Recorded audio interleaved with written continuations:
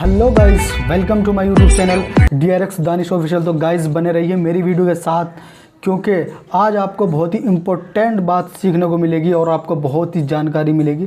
तो बने रहिए मेरी वीडियो के साथ एंड तक, क्योंकि इस वीडियो में मैं आज आपको बताऊंगा डाइजेस्टिव सिस्टम के बारे में। डाइजेस्टिव सिस्टम होता क्या है और क्या क्या इसमें कैसे वर्क करता है, किस तरीके से खाने को ब्रेक डाउन करता है और किस किस ऑर्गन में क्या क्या खाने के साथ में किया जाता है और क्या क्या। आप बने रहिए मेरी वीडियो के साथ एंड तक।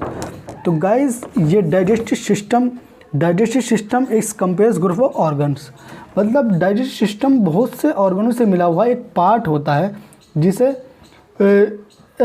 GID बोलते हैं।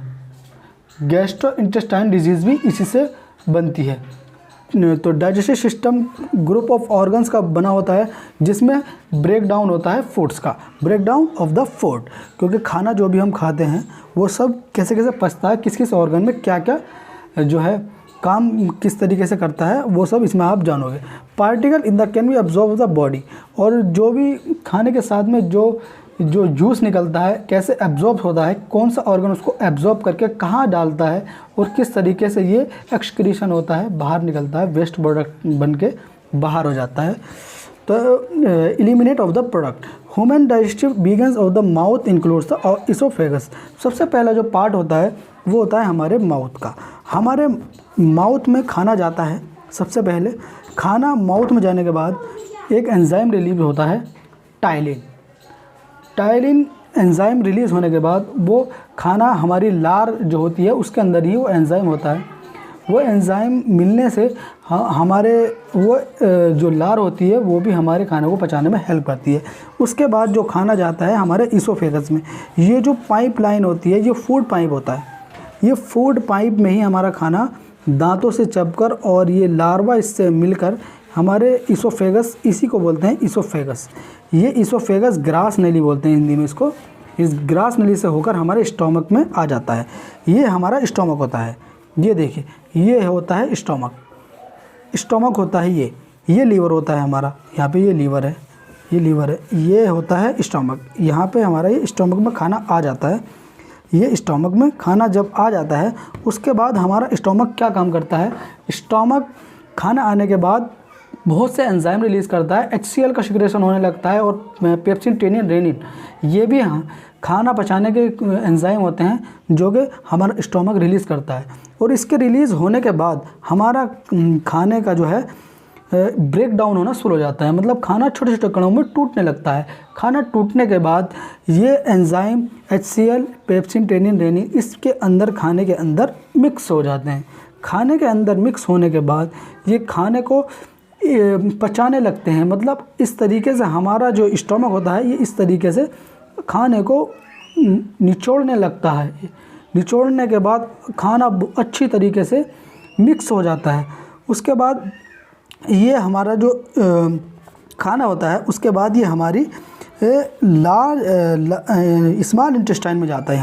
यहाँ पे देखिए, ये स्फिंक्टर्स होते हैं यहाँ स्टोमक के साइड में, इस छोर पे भी, एंड पे, स्टोमक एंड पर भी स्फिंक्टर्स होते हैं और स्टोमक के शुरू में भी स्फिंक्टर्स होते हैं। ये जो स्टोमक होता है, स्टोमक के शुरू का जो पार्ट होता है ये इसोफेगस जहाँ पे ख़त्म होता है यहाँ पर भी स्फिंक्टर्स होते हैं, और जो स्टोमक का जो एंड होता है यहाँ पर भी स्फिंक्टर्स होते हैं। ये दोनों स्फिंक्टर्स जो है इस तरीके से बंद हो जाते हैं। यहाँ पर भी ये बंद हो जाता है और यहाँ पर भी ये बंद हो जाता है। उसके बाद ही हमारा खाना पचने का प्रोसेसिंग शुरू होती है, मतलब डाइजेशन होने की प्रोसेसिंग जो होती है, एंजाइम मिलने की जो प्रोसेसिंग शुरू होती है, इसके बाद ही स्फिंक्टर। उसके बाद जब डाइजेशन हो जाता है खाने का, अच्छी तरीके से मिक्स हो जाता है सब कुछ, उसके बाद ये स्फिंक्टर्स खुल जाते हैं। स्फिंक्टर्स खुल जाने के बाद में खाना नीचे आ जाता है हमारी स्मॉल इंटेस्टाइन में। ये हमारी स्मॉल इंटेस्टाइन होती है।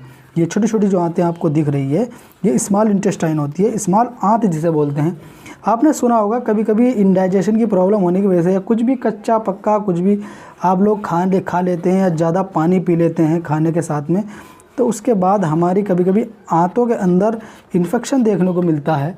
इन्फेक्शन देखने इसीलिए मिलता है क्योंकि ज़्यादा पानी पीने की वजह से आपका डाइजेशन नहीं हो पाता है और वे एंजाइम जो खाने को पचाने का काम करते हैं स्टमक के अंदर, हमारे पेट के अंदर, उस तरीके से पचा नहीं पाते हैं, क्योंकि पानी ज़्यादा क्वांटिटी में होने की वजह से हमारे स्टोमक का जो खाना होता है वो ब्रेक डाउन नहीं हो पाता और डाइजेशन भी अच्छी तरीके से नहीं हो पाता है। उसके बाद जब हमारा खाना, ये तो हुई डाइजेशन की बात, अब ये खाना इंटेस्टाइन के अंदर आ गया है, स्मॉल इंटेस्टाइन के अंदर। स्मॉल इंटेस्टाइन क्या करेंगी इस खाने को, ये इस तरीके से निचोड़ना, इसका जूस निकालना शुरू कर देंगी। इस तरीके से जूस निकालना शुरू करते कि मोड़ने, या आपने सांप देखा होगा, सांप की तरह लपेटे लेने लगेगी और इस तरीके से निचोड़ के इसका सारा जूस निकाल लेगी।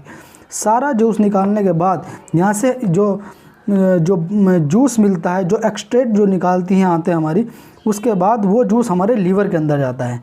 ये होता है सबसे बड़ा ऑर्गन, इसको हिंदी में बोलते हैं यकृत। यकृत ये लीवर होता है, जिसमें एक लीवर का एक सबसे बड़ा काम होता है, लीवर का जो है, लीवर सारे बाइल्स, सारे जूस को हमारी आंतों से लेने के बाद में हम सारे जूस को जो है डिफरेंट पार्ट में, हमारी बॉडी के हर एक ऑर्गन में और हर एक एनर्जी पार्ट को, हमारी सेल्स, टिश्यूज़, कैपिलरीज, वेंस, यहाँ तक के सारी जगहों को जहाँ पर एनर्जी की ज़रूरत होती है वहाँ पहुँचाने का काम करता है उस जूस को। उसके बाद ये तो हुई लीवर की बात। अब चलते हैं, स्मॉल इंटेस्टाइन हमारा जूस निकाल लेती है और उसके बाद जो वेस्ट प्रोडक्ट निकलता है, वेस्ट तो निकलता है, कोई भी मशीन हो, कुछ तो वो आपको प्योर पदार्थ दे देती है, उसके बाद वेस्ट बनता ही है। तो जब ये खाने के बाद जो वेस्ट बनता है वो, उसके बाद वो वेस्ट हमारी लार्ज इंटेस्टाइन में चला जाता है। यहाँ से हमारी लार्ज इंटेस्टाइन में चला जाता है, जहाँ पर हमारे स्टूल बनना शुरू हो जाते हैं। यहाँ से ये खाना का जूस निकल गया, मेन पार्ट जो था वो निकल गया। उसके बाद खाने के स्टूल बनने के लिए हमारी लार्ज इंटेस्टाइन में या बड़ी आंत में चला जाता है खाना। उसके बाद जो फूड इसके अंदर चला जाता है बड़ी आंत के अंदर, तो बड़ी आंत भी यही काम करती है, खाने को पचाने लगती है, ये भी इसी तरीके से मूवमेंट करने लगती है। जब इसकी मूवमेंट जो बचा कुचा होता है वो स्टूल हार्ड हो जाते हैं, तो उसके बाद ये यहाँ से होते हुए हमारे एनस में चला जाता है। एनस यानी मल द्वार में चला जाता है, और ये होता है रेक्टम भी एक पार्ट होता है मल द्वार का, एनस का, और यहाँ से हमारा जो वेस्ट होता है वो हम बाहर निकाल देते हैं। यहाँ भी हमारे स्फिंक्टर्स होते हैं, यहाँ ये स्फिंक्टर्स ये काम करते हैं, मैं आपको बता देता हूँ। स्फिंक्टर्स जो यहाँ पे होते हैं वो खाने, जब हमारी लार्ज इंटेस्टाइन में खाना वेस्ट जो बचता है उसके जब स्टूल बनते हैं तो यहाँ से स्फिंक्टर्स लॉक हो जाते हैं। उसके बाद ही हमारे हार्ड स्टूल, सॉफ्ट, जिस तरीके से आप पानी पियोगे बाद में, उस तरीके से हमारे हार्ड स्टूल बनेंगे। हार्ड स्टूल बनने के बाद में ही ये जब मूवमेंट अपनी रुक जाएगी, उसके बाद हम एनस या मल द्वार से अपना जो वेस्ट होता है वो बाहर निकाल देंगे। तो ये थी छोटी सी जानकारी जो थी डाइजेस्टिव सिस्टम के बारे में। तो उम्मीद करता हूँ आपको ये जानकारी अच्छी लगी होगी या आपके लिए हेल्पफुल होगी, या कुछ भी इस डाइजेस्टिव सिस्टम के बारे में आपको जानना हो तो हमें कमेंट्स में ज़रूर बताएं, क्योंकि ज़्यादा लंबी वीडियो जाएगी, इसलिए मैंने शॉर्ट आपको बता दिया। क्योंकि इस डाइजेस्टिव सिस्टम में ही अगर मैं आपको बताऊं तो बहुत ही समय लग जाएगा, पूरा दिन निकल जाएगा एक ऑर्गन में, क्योंकि हर ऑर्गन से अलग अलग चीज़ इंक्रीज़ होती हैं, अलग अलग तरीके से काम करती है। लेकिन फिर भी अगर आपको जानना हो तो हमें कमेंट्स में ज़रूर बताएं। तो थैंक्स फॉर वॉचिंग, धन्यवाद।